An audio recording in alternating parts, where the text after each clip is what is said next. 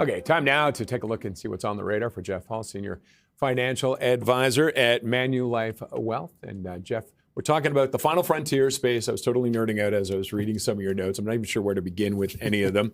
Let's do a quick little history lesson about why space is so important to us. Well, we use space every day, and people don't even realize how much the average citizen all over the world touches it.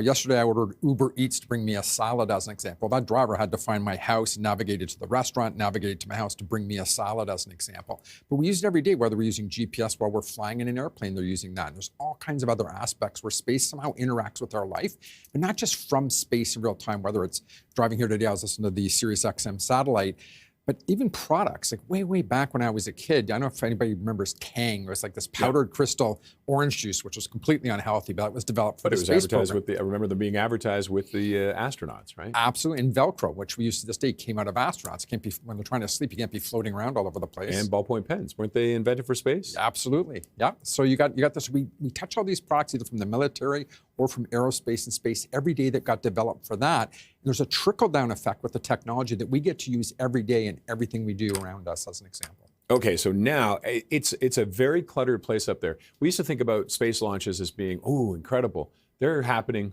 all the time, aren't they? And there's all kinds of interesting things up there. Oh, it's just incredible, especially with Elon Musk. He's changed the game, like the whole concept of just having a rocket return so you can reuse it. Like, you think that makes total sense. We never get on an airplane and before it lands, we parachute out. And then the plane crashes, and to come home, we got to build a new airplane. Wouldn't make any sense. So even what Elon Musk has done with Starlink, Rocket Lab, and all these other companies out there, they're doing massive sums of launches. But one of the fascinating things in space is there's a lot of garbage and junk flowing around at over 17,000 kilometers an hour around Earth. When an astronaut drops a wrench, or when a satellite hits another satellite, or things like this, where suddenly you have all the space debris. And even when Elon Musk, for his SpaceX, launches a rocket into space, you got to navigate through all this space junk, as an example. You can't hit something going 17,000 kilometers an hour orbiting Earth.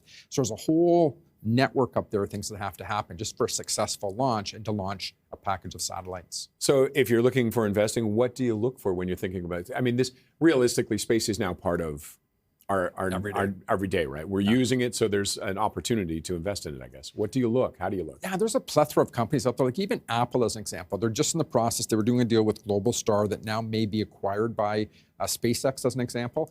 And you have these situations where Apple's going to have your normal Apple cell phone, won't just be on a network necessarily. It'll be basically a space phone. So you can go anywhere on Earth. I can go into the Amazonian rainforest. I can be on a pyramid in Egypt or anywhere, and I'll get cell service anywhere in the world, even for safety.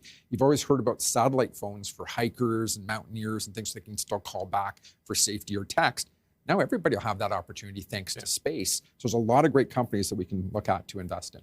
And what are some of the companies? Who's leading the way on this? I mean, Elon Musk, obviously. Oh yeah, he's definitely tip of the spear. But you got lots of companies out there. Rocket Lab operates a lot out of New Zealand, as an example. They're doing some great stuff with rockets.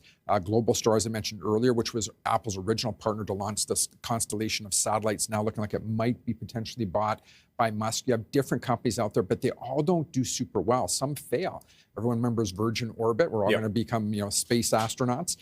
When that went down, it kind of gets 2.0 in space, where suddenly companies like Rocket Labs and others will come in, hire away the top talent, they'll buy the assets, take over the patents, take over leases and that, and get a renewal for the next generation of space that comes in. And then there's some really cool companies out there. There's a great one called Planet Labs, which is a publicly traded company. And they actually launched a constellation of what they call Dove satellites, 88 of these, actually originally launched out of India. It's not an India company, but they're actually taking pictures of every square centimeter on Earth in high definition. And we're supposed to be more for the environment and to showcase, ice melting.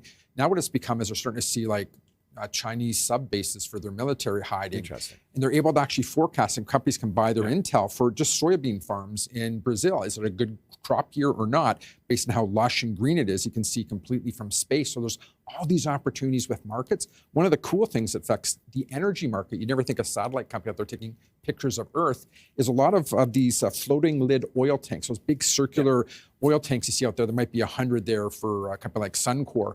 Some of these actually have floating lids. Yeah, people I don't think people realize that. Yeah, because they go higher and lower depending on how much is in there. Exactly. So nobody can see it because you got to climb around the stairs to get to the top. You don't realize the top goes up and down. Well, from space, based on the shadows of the sun, those companies can actually tell whether a government or a company is lying about all those oil reserves. Are those tanks full, or are they almost empty? You can only see that from space.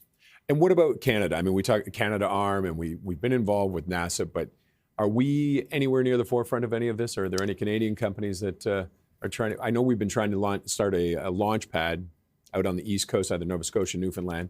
But how are we doing? Canada is usually a participant from the periphery. We don't have a large aerospace industry. Like for years, on the space shuttle, we had the Canadarm as an example. But there's a lot of technology that we tend to filter into, whether it's the F-35 fighter jet, even something as simple as that in aerospace, where the hinges for some of the F-35 fighter jets that are used on aircraft carriers are actually done out of Vancouver, as an example. Some of the carbon fiber that's woven to give more of a stealth is actually done in the east coast of Canada, as an example. So Canada wants to participate more, but unless you got that big government backing, we're kind of part of the bus, but we're back of the bus. All right.